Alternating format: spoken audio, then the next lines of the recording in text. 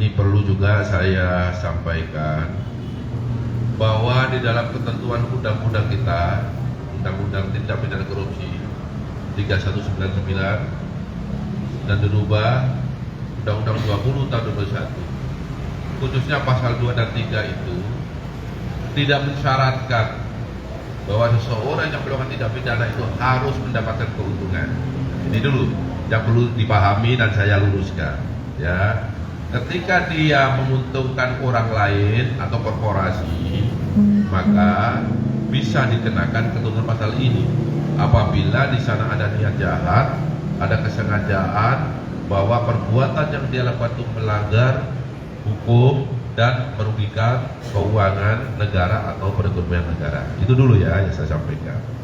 Yang kedua, apa keuntungan yang diperoleh oleh NAM? Ini yang sedang kami dalami. Penyidik fokus ke sana, termasuk tadi disampaikan adanya investasi dari Google ke Gojek, ya. Kami sedang masuk ke sana, ya. Nanti kalau pada saatnya alat bukti cukup, tentu akan kita rilis pada teman-teman wartawan, ya. Kenapa tadi NAM sudah diperiksa mulai pagi sampai malam, kemudian hari ini belum ditetapkan sebagai tersangka? Karena berdasarkan kesimpulan penyidik masih perlu ada pendalaman alat bukti. Untuk itu teman-teman gak usah khawatir, beberapa kegiatan atau kasus yang kita tangani tidak berhenti sampai di tahap pertama, tapi ada kedua dan seterusnya. Sabar ya, sabar. Karena bicara hukum, bicara alat bukti, ya, bicara alat bukti. Ketika dua alat bukti cukup, pasti akan kami tetapkan sebagai tersangka. Pada awal 2020, IPAM, kemudian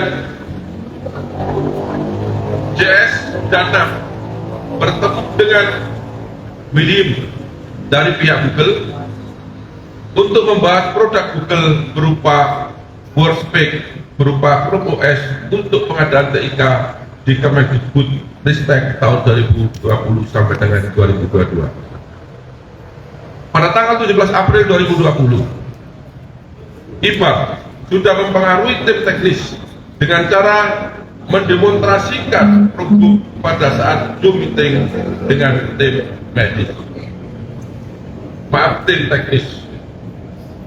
Pada tanggal 6 Mei 2020, IPAM hadir bersama dengan JS, SB, dan MUL dalam rapat Zoom meeting yang dipimpin langsung oleh NAM, dan dalam rapat Zoom meeting tersebut NAM memerintahkan laksanakan pengadaan TIK tahun 2020 dan sampai dengan tahun 2022 dengan menggunakan Chrome OS dari Google, sedangkan pada saat itu pengadaan